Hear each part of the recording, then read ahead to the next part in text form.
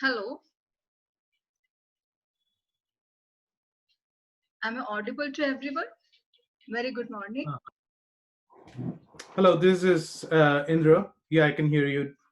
Okay. Good morning. Morning.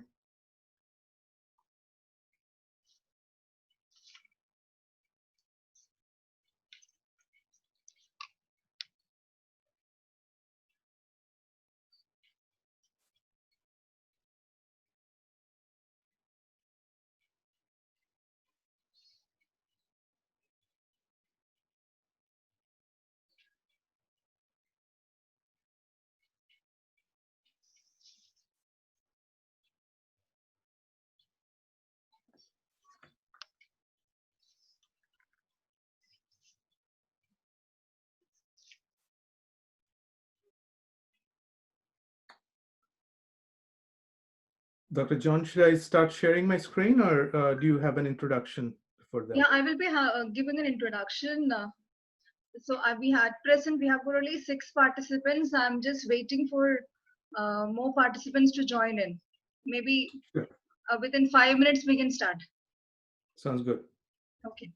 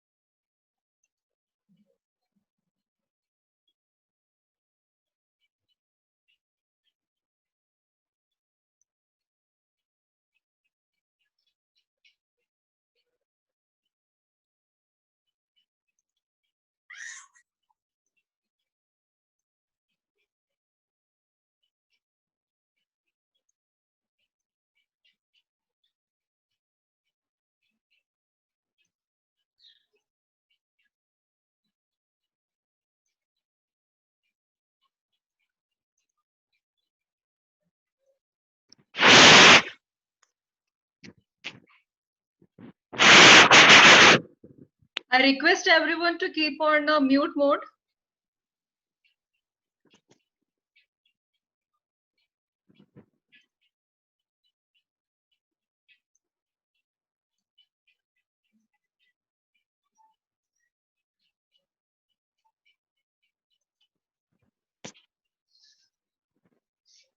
Indroneil sir, can we start? Sure. So very good morning to one and all present here. So today we are attending our webinar, and the topic of today's webinar is the role of bioeconomy in mitigating the climate change.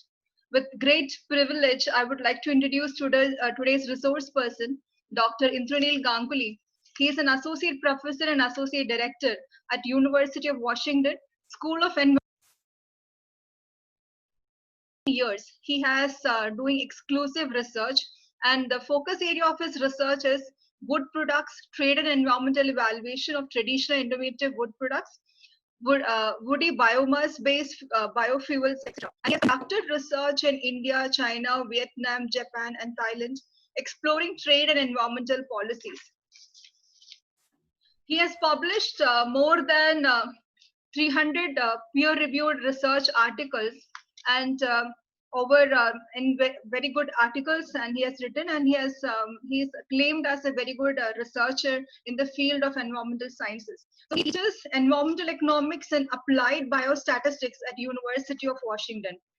So with great privilege and honor, I would like to welcome Dr. Indroneil Ganguly for this webinar. It is a great pleasure for us to listen to you and to understand how this bioeconomics is going to be the new normal after the COVID-19. Welcome, sir. Thank you. Thank you very much, Dr. John, for that introduction. And good morning to all of you who came here on a Saturday morning to listen to me. That's amazing that we have more than 35 participants on a Saturday morning. Where I'm in Seattle. Seattle is in the western part of US, a little bit south of Vancouver, Canada. And right now, the time here is 9 p.m. So it's pretty late at night over here. Date is 15th. So I may be a little bit sleepy, but I'll try to keep you awake. So that's one of the things I try to do when I teach at the university. So I'll start with my slides, and I'll introduce myself a little bit as we go through the presentation. So what I would request, I think the chat option is available Yes, to all the participants. yeah. Okay, great.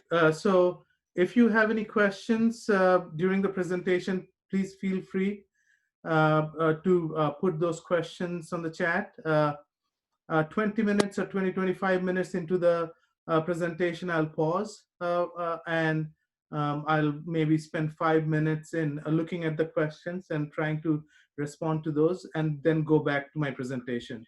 All I want to do is make sure that you're following me, and I'm not leaving anybody behind in terms of their understanding.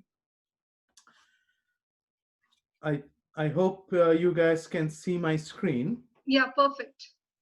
Okay. So as Dr. John mentioned, I'm an associate professor and associate director at Center for International Trade in Forest Products at University of Washington. A little bit background about me before I dive into the presentation. I did my post-graduation from FMS-IRM, and it was long back. If I tell you how long back, you'll know how old I am. So it was in, I think I was in 2000 to 2002. No. I was in 1999 batch. I graduated in 98, I think. Anyway, Yeah, definitely 98. 98, right? Okay, good. It's way almost 20 years back. So it's difficult for me to remember. But and I was in rural management, and that's one of the reasons I went there to study because.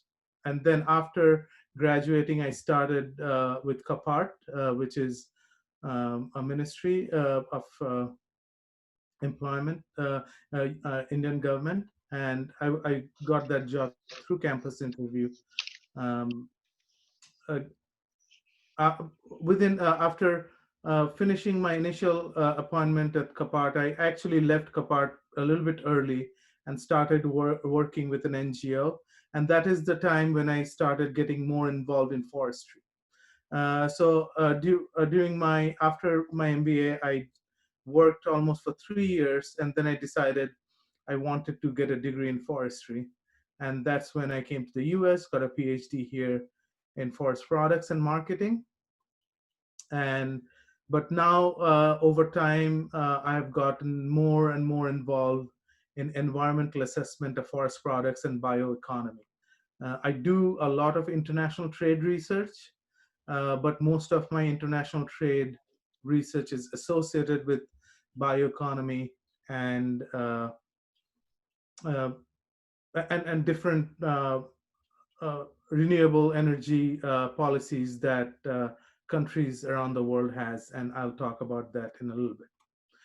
So the flow of the this webinar would be, I'll start with some definitions, just to introduce the concepts and terms I'm going to throw at you, and then I will kind of establish why bioeconomy is important, both in terms of economic growth and climate mitigation. So there are two aspects of a bioeconomy. Then I'll talk a little bit about my own research. I will just give you two examples and not given the time. I won't go into detail, so don't be worried. And then I'll mention circular bioeconomy in Indian perspective. That's one of the areas I'm not very familiar. I haven't done a lot of research in India. I've done some, but not a lot. However, I'll mention my understanding, and maybe during the interaction question answer, I can hear from you too. So starting with definitions. So I'm hoping some of you have heard about the term circular economy. So when we talk about circular economy, basically we're contrasting it with linear economy. A linear economy is take, make, waste. So take something from the nature. Let's say you are take extracting through mining fossil fuels, or harvesting and not regrowing. So you're taking from the nature. It can be fossil fuel products, it can be energy products, it can be minerals, steel, and anything. Then with that, you make it. You make a car or some a house, and then once it's after its functional life, you just dispose the product. So that's a linear economy. And one of the things we would emphasize here when we go into bioeconomy is the finite resources. The energy we are drawing here for all those purposes is coming from a finite resource. And the finite resource is how much fossil fuel reserve we have, and we are extracting that. Just contrasting with that linear economy comes the circular economy, uh, where we are not only taking and making, but reusing that. And more we reuse that, the demand of the primary natural resources goes down. So, and then we will also talk a little bit about renewable energy and renewable resources. So a circular economy is contrast with the linear economy because it reuses and recycles existing products and makes new products out of it and minimizes waste. Now let's talk about bioeconomy. So bioeconomy, before talking about bioeconomy, I do want to mention biomass. The word biomass I'll throw at you a number of times. So biomass is anything that that comes from a biological source. A biological source can be a tree, a plant, an animal, flowers, anything that synthesizes energy from biological sources is and creates and retains that energy in itself. It's called a biomass. So a bioeconomy, the primary sector of the bioeconomy comes from our cattle population, our crop we grow, the forest, and the fish in the ocean. All of those are the primary bioeconomy resource. Now, other bioeconomy resource can be algae, and uh, most probably you've heard a little bit about algae. It is playing a very important role at this point in for energy production. And then these can the primary biological sources can lead to a biorefinery and create energy that goes to your pumps, bioplastics and other byproducts like like biocoal and things like that. That again goes and feeds into our economy. So hopefully the circular economy and bioeconomy part is clear. Now I'll talk about circular bioeconomy, which is so again contrasting with a fossil-based economy. So since industrial revolution, uh, we have been highly dependent on fossil fuels. Everything we consume has a huge amount of fossil fuel impact in it. Now, what we are trying to do in this uh, uh, to be able to get out of the fossil dependence is taking resources from nature and kind of we are trying to valorize biomass. So valorize means adding value to biomass. Now, adding value part is extremely important because that's what we are doing new, and I'll talk about that in a little bit. But we are adding value to biomass, and in the process, we are extracting uh, from an infinite resource, and this resource is infinite only when we are sustainably harvesting forests. Now, in India, we have a harvest ban, a significant amount of harvest ban from natural forests, and which has a good reason because we deforested before during our colonization era when British were still in India, and 30 years since we got independence, we rampantly deforested. Um, and so our forests are looking pretty good now. However, it is important to understand that in countries like Europe or in the continent like Europe and countries like US, uh, there is a huge emphasis of sustainable forestry. And whenever we talk about sustainable forestry, there's a limit to how much you can harvest. So every year you can only harvest the same amount that grew in that forest that particular year. And so that you are retaining the forest biomass, only taking out some resource and using it. So that's extremely important for a sustainable bioeconomy, is a sustainable forestry practices. This resource is infinite because it keeps taking the energy from sun and then processes it in in a biome, in a terrestrial ecosystem, and we are harvesting from there, and that can go into biorefinery, and then biorefineries we can make very high-end fuel, and I'll talk about that in a little bit, which feeds in to our transportation, our electricity, that in turn emits the CO2, which gets sequestered back in the plants. So which is the circular part of it in terms of bioeconomy. However, a circular fossil-based economy only draws from a finite resource. And this last leg, see, this last leg is absent.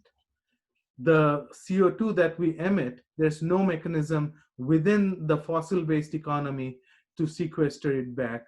However, this last leg is the extremely important part of a circular bioeconomy, and which makes this resource finite.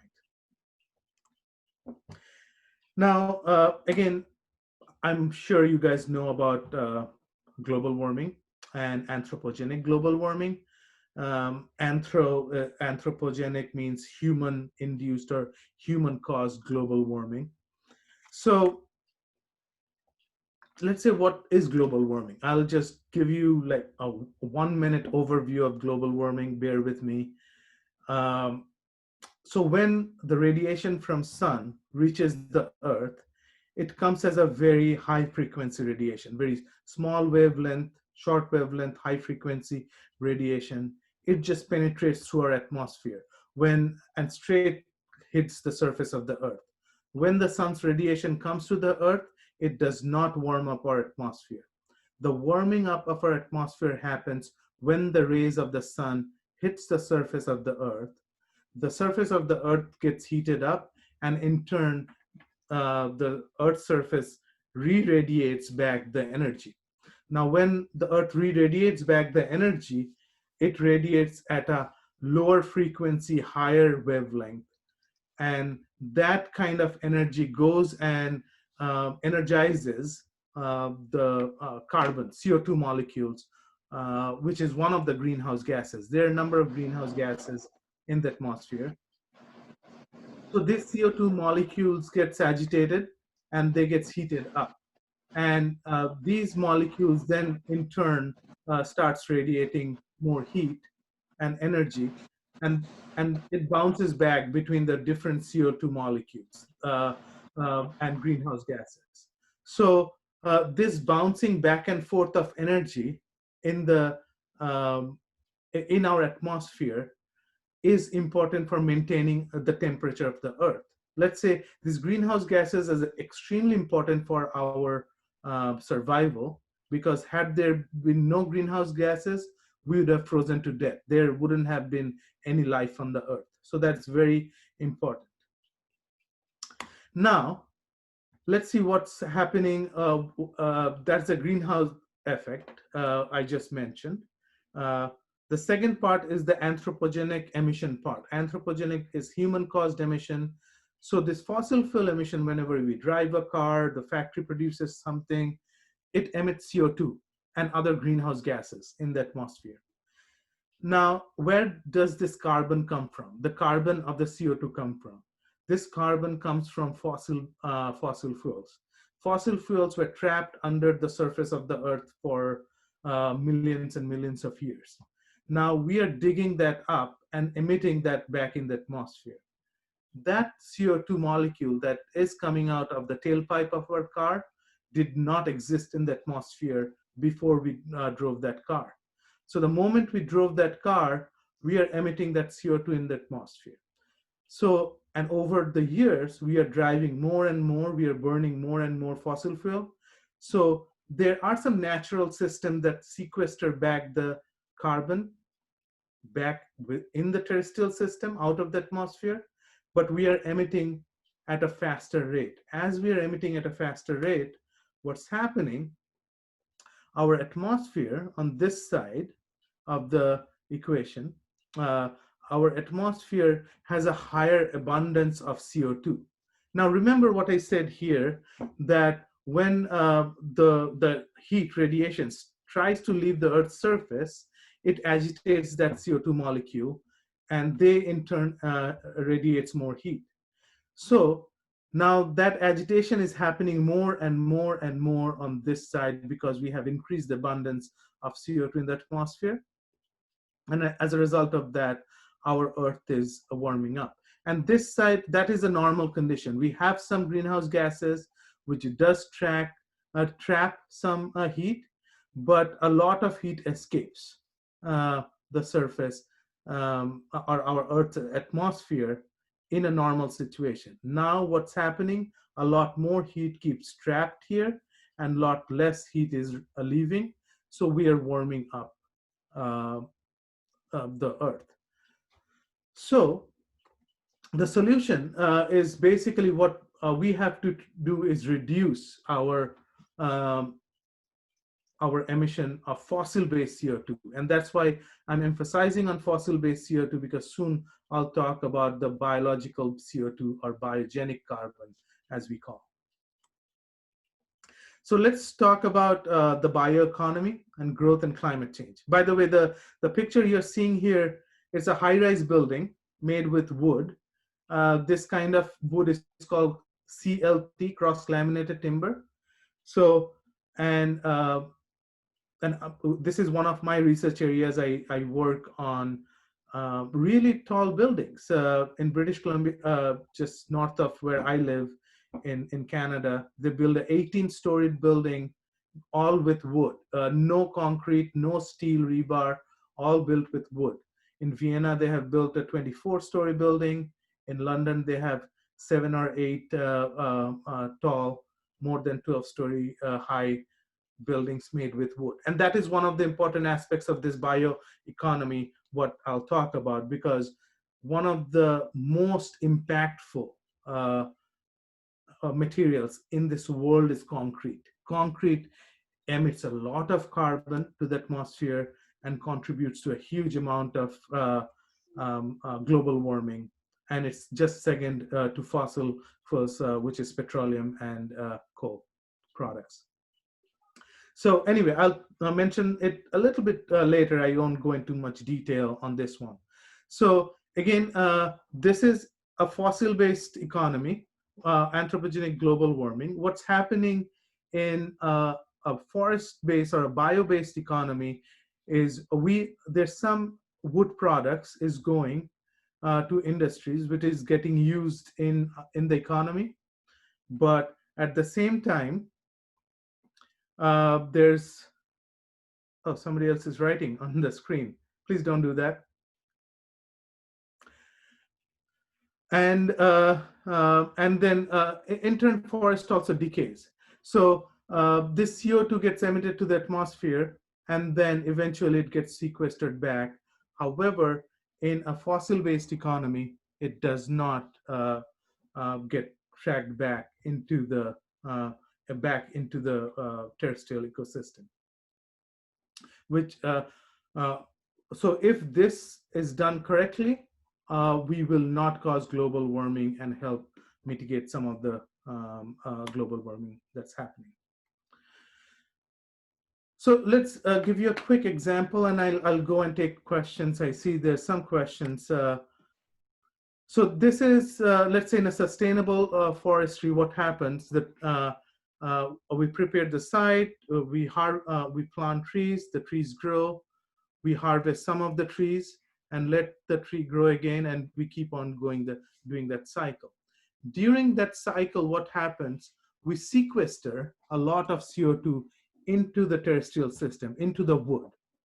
Now, while we are doing this logging operations or trucking operations, we are emitting some fossil CO2. So this fossil CO2 is bad because we are emitting it. And this atmospheric CO2 that we are sequestering in the terrestrial ecosystem is a benefit to the environment. Now, in the process, what happens, this biogenic CO2, this CO2, by the way, is called biogenic CO2 because it is sequestered in through photosynthesis.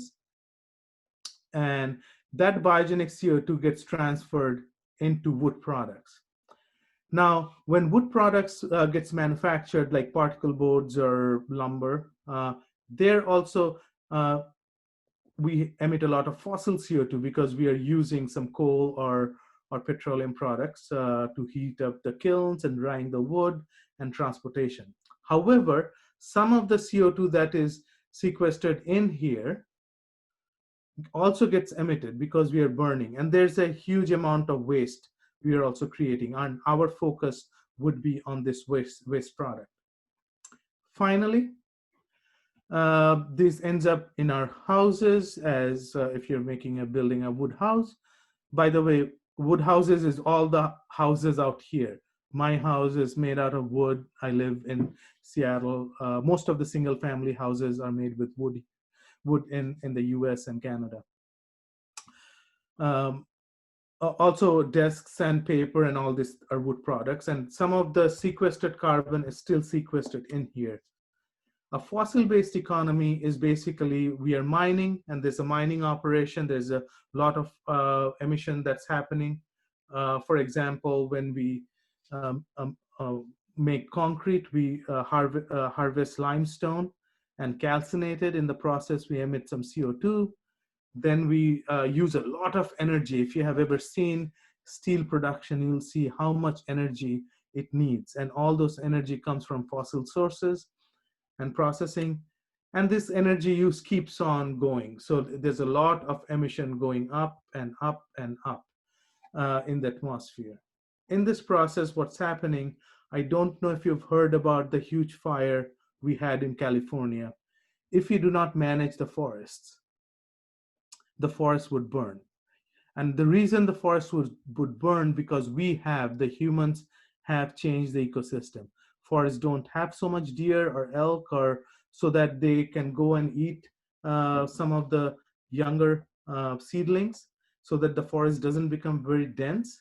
Now what's happening, the forest is becoming very dense and the wildfires are becoming absolutely a disaster to the economy. Most probably you have heard about how many people died in California because of that forest fire. So in a circular bioeconomy, what we'll be focusing on, and that is based on my research, and there are other aspects I'll mention too, is lignocellulosic material, algae, and waste. My work is on lignocellulosic material and waste, and there are different pathways. There are refinery conversions that happens. For example, I'm sure you have heard about ethanol. Ethanol is an energy product. I don't know if it gets used in India in cars, because in the US all the gas stations or petrol pumps have at least 10% ethanol mixed in the, and that is a biological source. However, it can be further improved and made into an exact replica of wood products. So before I go farther, let me see at the questions I got.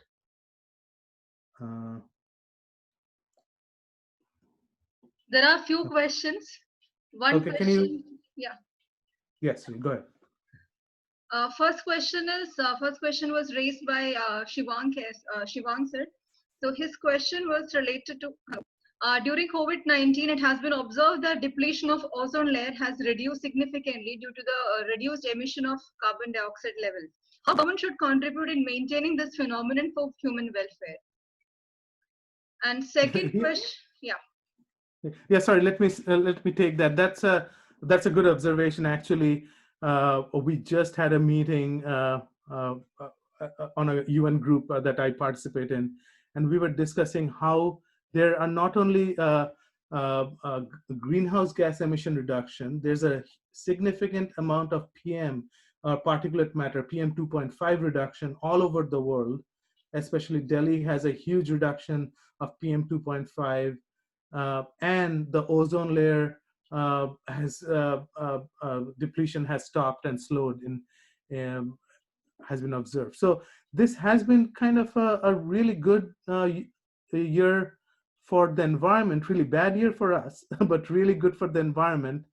And I'm skeptical about celebrating it, because if we don't make a permanent shift in a similar direction, I think this blip will not make a lot of difference. But that's really a good question. Thank you, sir. Thank you. Next question was from Mr. Ankit. His question is CLT inflammable, or let me repose my question, that is CLT more prone to fire? So do you think that it is safe to construct such high-rise building using CLT? That's an excellent question. Actually, I have a few publications on that. So wood is a very interesting material. Wood is highly inflammable. At the same time, the wood chars. So here I will use this space to draw a diagram, and this has been used traditionally. It's called a charring design. So there are two ways you can stop or protect the wood from fire. Now, before saying all that, I would let me tell you that the reason, let's say, the Twin Towers fell like that because uh, because steel melts. Steel gets hot and it melts, and it just the whole building crumbled in that particular instance. But what happens in wood? So if let's say this is a thick layer of wood, and generally when you build with CLT, you put a sacrificial layer outside. And when the wood starts burning, the side of the panel burns and it chars. Now, what the char wood does is insulate. Charred wood is the best insulator material available. So it insulates the wood that's inside.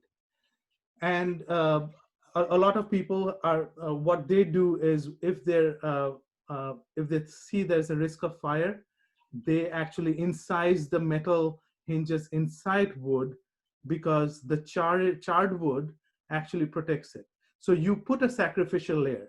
If the architect says that you need so much, um, um, uh, let's say you need a thickness of 3 inches, we would put 5 inches of wood so that the outer 1 inch can burn and char on both sides, and then the structural integrity of the building will stay constant, so it will not fall. So we put extra wood and stop the wood from burning. That's But an is it excellent question but too. is it safe to live in such buildings? Absolutely, it's safer to live in a CLT building than a concrete high rise. Okay. Next question is ethanol used in India, but with crude oil prices falling, offtake of ethanol is not making an economic sense. Right, and that's also an important observation, very interesting, because there's always this this issue with the fossil fuel prices. Every time the crude oil prices go up, the interest in bioenergy goes up, and anytime the crude oil prices goes down, the interest in bioenergy goes down. And this is a constant battle. People like us who are trying to create some investment in this in bioenergy sector, that this fluctuation of uh, crude oil prices often creates a problem and takes the incentive away. But then that also presents an opportunity because most of the economies like India, which is highly dependent on imported fossil fuel energy, petroleum energy, gets really dependent on what's happening in the uh, um, global market. Those are really good questions. Any more? I have got a question. How the bioeconomy is going to contribute in attaining sustainable developmental goals? I'll come to that. That's a good question. I'll come to that towards the end. Okay, please continue. There are no other questions left. Great. Great questions. I'm really happy at the quality of the questions. I'm impressed. So I will erase. So whoever wrote the chart, can you erase it? I won't be able to. So in this slide, what I'm trying to uh, uh, show is the circular economy and bioeconomy and growth, and I'm focusing on some of the materials which are waste. So this is in Gujarat, in Kandla. I did some research over there, and this is in a a door maker. They saw wood and they make doors, and you see so much biomass is staying there, and they would pile them up and either put it in their kiln or just waste it. This is in US, where after harvest we pile up all the biomass like branches and twigs, which doesn't go to the wood product industry, and burn it. So it's absolute waste. In here, this is a huge resource. I'm from Bengal. We call it kochuripana. In Bengal. It's everywhere in Bangladesh and Bengal. This particular picture is from Kenya. It's hyacinth. Hyacinth is the English word for it. So it just clogs rivers and ponds and everything, and it's a cost. But at the same time, a similar product in Africa, Jethropa, and also in South India has been, we have been trying to use it for biofuel. These are all, technically, these are waste. And whenever we take some waste material, and that's the question that got asked, what happens? I'm not sure how many of you remember your economics. This is the Pareto curve, or production possibility frontier, PPF. So basically, these are resources that we are not considering. Once we take these resources into consideration, our production possibility frontier moves. So economy as a whole actually grows more, because now we have more resource to think about, which is same with circular bioeconomy. Let's say we have so much amount of steel available, but the more we are recycling the steel, every time we are recycling the steel, we are creating jobs, we are creating income, we are creating GDP. And that's from only one time we harvested or we extracted mined steel and minerals from the earth, and we keep using it 9 or 10 times. So we are losing some every time. So however, our economy, our resource increases 5 times because we are recycling. So all this waste recycling and recycling of useful material actually ends up triggering the growth in the economy. And here, a natural economy is what we knew when we were primitive, or before the industrial era. We knew about food production and all those. However, the fossil economy kicked from industrialization, and now this green line here is the bioeconomy, which is our next phase of growth, because the fossil economy is limited, because our fossil fuels are limited. And as the fossil fuels run out, we will have to depend more and more on bioeconomy, and more so on the circular part of the bioeconomy as well. So now I'll just mention it. I will spend another maybe 10, 5-6 minutes on my research, and then mention a couple of things about Indian context. So I'll show this video.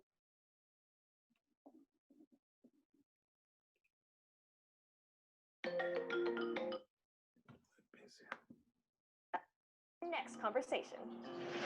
Joining us now are Indroneil Ganguly. So just before showing this video, Dr. John, can you hear me? Yeah, I can. Okay, good. So this is, this was one of the Discovery Network documentaries that they made. This was sponsored by Boeing, and we recorded this last month, just before we came under lockdown from COVID-19. We recorded this, and this is on Boeing campus. By the way, if you don't know, Boeing is headquartered here in Seattle, and some of my research is with them. So with that, I'll just start the video. An associate professor at the School of Environmental and Forest Sciences at the University of Washington, and Amy Ban, an environment strategy director at Boeing. We're going to discuss an exciting development in air travel, the creation of sustainable biofuels from reclaimed forest material that can be used to power airplanes. So, Indro, what is biofuel? So biofuel is any fuel that comes from organic material, which is called biomass. Now, biomass can be a plant-based biomass, like the trees, or it can be fruits, or it can be grains. Also, biofuel can come from animal waste. So all these sources can provide biofuel. One of the things I want to emphasize is biofuel is also known as renewable. Why is the renewable biofuel better for the environment than regular jet fuels? Biofuel is one of the options we have where we can still have our energy so that we can drive our cars, fly our planes, but we can do it with a lot lesser impact.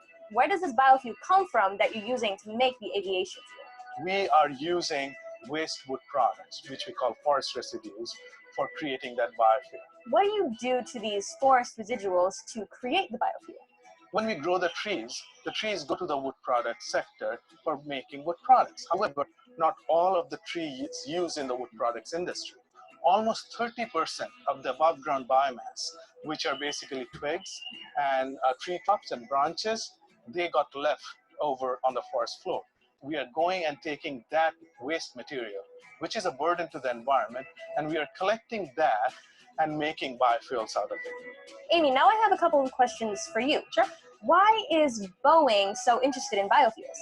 Well, so carbon emissions for aircraft is a really important issue to Boeing. We are looking at all solutions we can identify to bring down the carbon footprint of our industry as a whole. We want people to be able to fly freely and continue to travel without having to be concerned about the impacts on the planet. So in particular, sustainable fuels are the biggest potential solution to this issue. We've seen estimates of 50% up to 80% of a reduction over that life cycle. So as you produce those fuels, whether it's woody biomass or municipal waste that you're converting, any number of feedstocks, on that front end, it's bringing down the carbon emissions that are created up to. Okay, I'll stop there. I think that provides a better explanation of biofuel than I could have done. So that's why I threw the video in there. And that's one of my research. In 2017, we successfully got a permit, or FAA permit, which is Federal Aviation Authority, to use the biofuel made with wood. So here, if you see, these are wood chips, and then this is the biofuel we made. This flight, they're fueling it with biofuel. Here you can see that they have labeled it. This is an Alaska Airlines flight. It got covered in news media and everything. And then if you see here, I'm the only person who is not professionally dressed here, but this is the flight we took, and this is in DC. So we flew from Seattle to Washington, DC, 2,000 miles, a plane filled with biofuel. And this is Secretary Bill Sack, one of the Obama era secretaries of US, who came and greeted us. It was a huge successful project. This is part of my... One question that has been raised is there any advantage of forest residue over crop stubble-based biomass for creating biofuels? That's a very good question. Crops, primarily corn in the US, has been the first generation biofuels. So, but there's always a debate of food versus fuel, because there are a lot of advantages, and some of the advantages are there in this particular graph I'm showing you. But comparing it with crops is when we are using crops to make fuel, and we know a lot of the world is dying out of hunger, it's a moral imperative. Are we saving the future generation by using biofuel, and by killing the present generation by not feeding our people who live now? So this the food question versus was related to crop stubble, not related to crop only. It was related to crop stubbles. And like corn huskers, Yes. and yeah, and that was the part of that is also lignocellulosic. The problem with that is the limited supply. The supply right now, all the ethanol that we consume comes from that source, but that supply is limited, and we are using almost all of it that we can, at least in the US. So this presents a new resource. Here in this graph, what you can see is if we did not make biofuel out of that, we would have burnt it, and it creates a lot of respiratory effects. So this is a life cycle assessment. This is my public research that came out. Here, if you see global warming potential, so biofuel actually reduces the global warming potential, which is the abundance of CO2 in the atmosphere, by almost 80% here, a huge drop. However, it also reduces eutrophication, which is water pollution, and ecotoxicity. And one of the huge benefit is the respiratory effect impact, which is a huge decline because we are not burning those biofuels. So this got published. I'm skipping that. The second research I'm working on, I want to highlight, is bioplastics. So bioplastics have an advantage that it decomposes within 3 months. However, regular plastic take 450 years. So think about that. All the plastic we have ever produced, none of that has been decomposed. All of that is in the circulation, and we throw this plastic and they don't decompose, and they stay in our environment forever. This is, I'm sure some of you have heard about the Great Pacific Garbage Patch. This is 150 million metric tons of plastic that is a little bit west of California, and it's from all over. It comes from tsunamis, it comes from dumping, from cruise ships and everything, and it's a huge problem. It's going into fish feed, and we are ending up eating this plastic because we eat fish. At least I do. Again, I'm Bengali. I have to eat fish. So, and in this particular project, we are making bioplastics also from residual biomass, and this has never been done before, and this is the first time anybody is doing it, and my lab is leading this particular research. I'll just mention some of the other research projects I have. I have bioenergy research projects, collaboration in US, Japan, and South Korea. This is, we met with the US Congress and Senate on bioenergy and emphasizing on bioenergy. And this is one of the research trips I had in Japan. And then after research, I go and eat with friends. I love eating food, all kinds. I have some construction sector, CLT-based construction solutions in US, China, and in India, we are just introducing wood-based construction. This image is one of the CLT producers, is the owner of the CLT production facility in a Jiangsu province in China. It's a little bit east of Shanghai. This is in Mumbai on a construction seminar. And then again, after all the meetings are over, I go and eat and drink. And these are some of my students who graduated and went back to China, and I met them when I was in Beijing. Let's spend a couple of minutes on the circular bioeconomy of India. And it's especially important for India because India is an energy deprived nation. And some of the projections, dominant projections, you've seen that, most probably seen, by 2035, the demand for, or the demand for energy or fossil energy would be 30% more than the supply of fossil energy. So that means that that growth will not happen unless we find a source of energy. And fossil energy will get limited more and more because all the countries are competing, and we have to find a solution.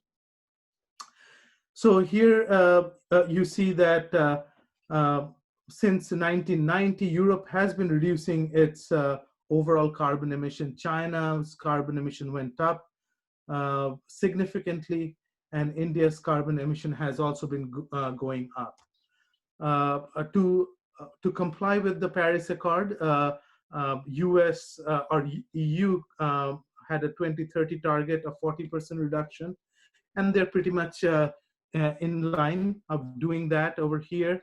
US is also, though Trump has withdrawn, but individual states are working towards the carbon reduction goal. This is carbon intensity per unit of GDP. So per dollar of GDP, what is the carbon intensity? You see India is highly carbon intensive at this point. So the bad thing is, or here, is the most carbon intensive dollar to dollar between, there are other countries which are more carbon intensive, but between, that's China. China is the more carbon intensive and it's going down. India is going down as well, significantly and per dollar basis, but cumulatively it's going up because the growth is at a faster pace than the CO2 reduction. There are a lot of government initiatives you have seen. I don't have to tell you about this, but the biotechnology industry investment is one of the fastest growing investment in India, and there's a huge government support for that. There's a lot of corporate interest in India as a bioenergy or bioeconomy destination, and I just had a discussion with one of the European entities that work on it, and during the meeting he was saying how important the Aditya Birla Group is playing in this bioeconomy. I saw this is something that came out in a San Francisco-based Silicon Valley news outlet, where it says that India is the place for biofuels companies. So definitely India has the opportunity to grow. It will be a growth engine, especially India has a huge resource of waste bio products that can be converted to bioenergy. Japan, South Korea, China all have significant bioenergy goals. India has started to, but it's lagging far behind. There's a lot of investment, and I'm confident that India's bioeconomy will grow significantly with the growth of the economy in general, and then it will help it achieve the Paris Accord. So that's all I have. That's my family, and I can take some questions now. First question, yeah. I can if anyone of you are having any question, you can unmute yourself and ask a question. And some question which I can read from the chat boxes. First, that Mr. Ashwini, he's having a question. Is biodegradable plastic, is that particular technology commercialized? So it's not yet, and that's our research project. There are issues right now in the conversion. It's a little bit more expensive. Some of the biopet is commercialized, like Coke is one of the primary users of biopet. However, biopet is not highly degradable. The one we are working on is polylactic acid based. It is the most degradable. It is not commercialized right now. There are some outfits, one in Thailand and one in the US, that do produce PLA based, but it's not very widespread because it's expensive. Mr. Ashwini, you can unmute yourself and ask the question. Good morning, Indroneil.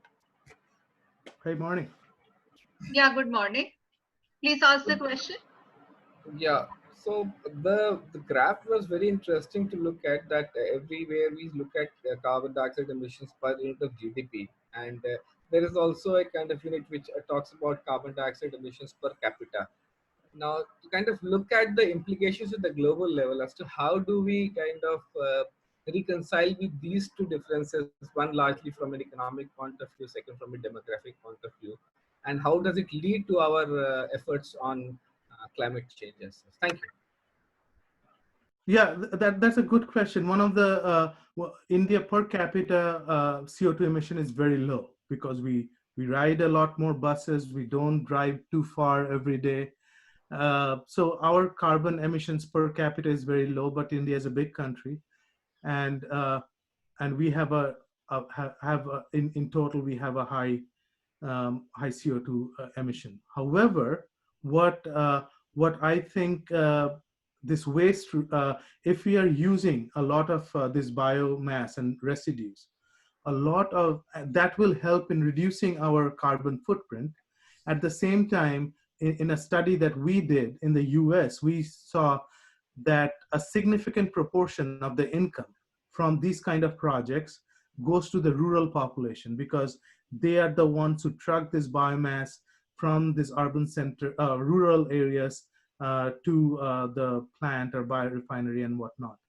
So, so those are very important dynamics. It's not like a software or coding based where the income is only concentrated in urban areas. If you're in a bio-based economy or a bioeconomy, the income gets more evenly distributed. And I think that's an advantage for a country like India, where there's so much income disparity. Any other question? Hello, sir. My name is Dr. Rustam Bora. So it was a really enlightening presentation. So thank you so much for this information. But my concern is related to Indian environment. So when we talk about the environmental conditions of India, we have very limited resources, that to be a natural resources. So one of the part in your presentation was to build houses or to use basically using of a wood instead of concrete. So Mm-hmm. there are a lot of things. If we consider comparative to different countries, India has a limited resources in even a wooden frame. So what could be the sustainable part of this particular bioeconomy in not using of wood instead of concrete, or what could be the other possibilities if we find out for a natural resources? Right, and that's a good question. India is a wood deprived country. India, China, they import most of the raw material. So all the wood, most of the wood we produce or wood products we produce it uses imported wood material, mostly from Malaysia, Indonesia, and other countries, Myanmar. Now, there are wood, but however, India has a very strong woodworking community. So does China. China is the largest exporter of wood products in the world. However, it imports almost all of its raw material from US, from Europe, from all over the world, and processes it in China and exports it. So, so there are economic benefits of that, and there is also the, let's say the bioenergy, the project I'm doing with South Korea and Japan. The material is produced in the US and consumed in Japan and South Korea because they don't have the material. They get to get the credit of global greenhouse gas reduction. US does not get that. So it's a user, whoever uses it, they can get the credit. It's true India is a wood deprived country, but the world is a very small place now. And most of the wood is coming to India anyway via uh, uh, through exports. One of the areas India can develop is more working on bamboo-based panels. And in China, they have, they call it bamboo steel. It is a little bit more expensive and the carbon footprint is a little bit higher, but India has a lot more bamboo resources that can be used in this. And that's one of the solutions. But again, though India's wood fiber basket is low, um, there's always an opportunity to import sustainable, the harvested wood products from around the world. One question which I'm having is, when we focus on bioeconomy, don't you think that increase in the demand and focusing only on biofuel will increase the pressure on the environment, in turn causing a hazard to the environment? That's one of the main concerns we hear. I'm working with a big environmental organization called Nature Conservancy on CLT, and we are trying to model what happens globally if the CLT demand increases, where the wood will come from, and will it deforest. Now, I'll give you some statistics.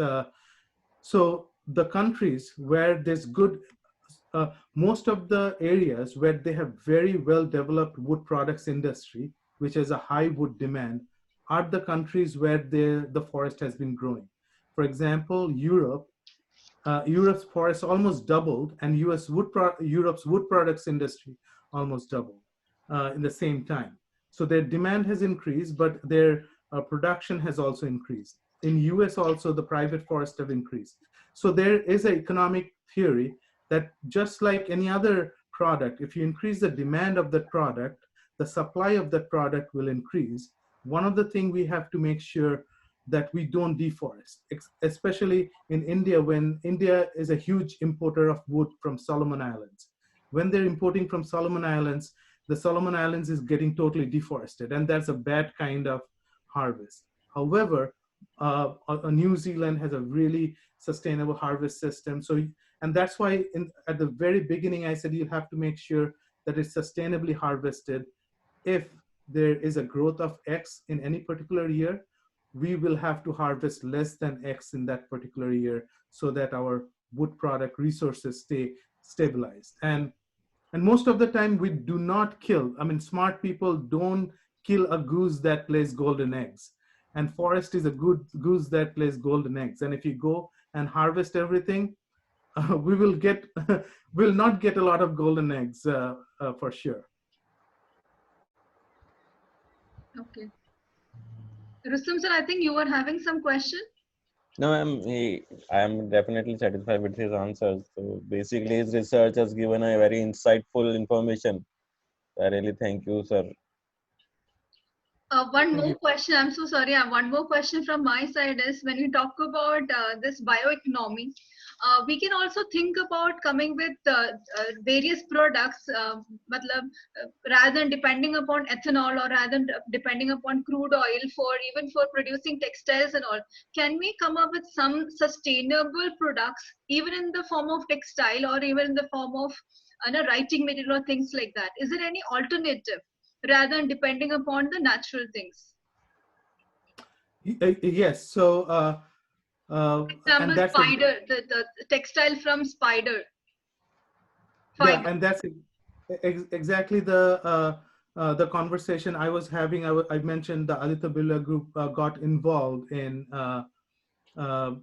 with this European organization, and they're trying to source their material more and more sustainably from across the world. There are definitely, in textile is one of the big areas where the bioeconomy, especially in India, can flourish. That's not my area of research. However, I did some work on mulberry silk back in China and in India, and that's one of the areas. But I haven't done a lot of work since.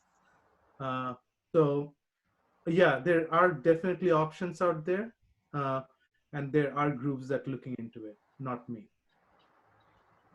Thank you. Any other questions, please? Just a thought came in my mind, if you permit me to ask, ma'am. Yeah, please. Sir, we are basically focusing on biodegradable things, and agar hum thoda sa, when we move towards in a traditional era, so most of the time, instead of using a modern material of building the buildings or constructing something, we used to use limestone.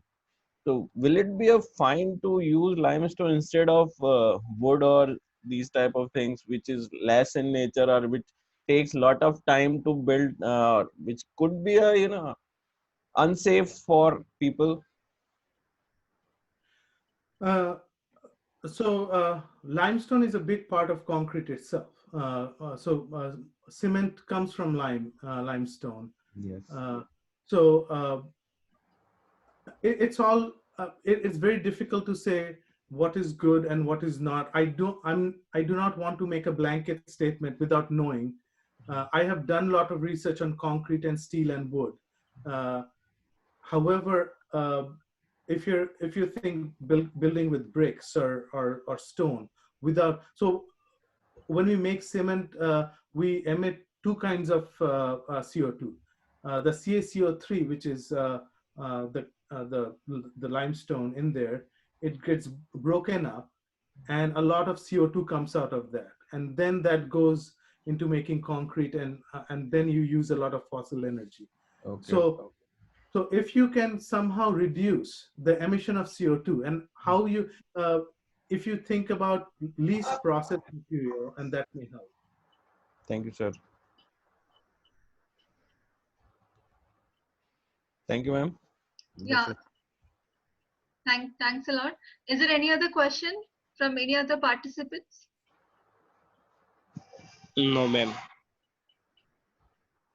Okay, there are no questions.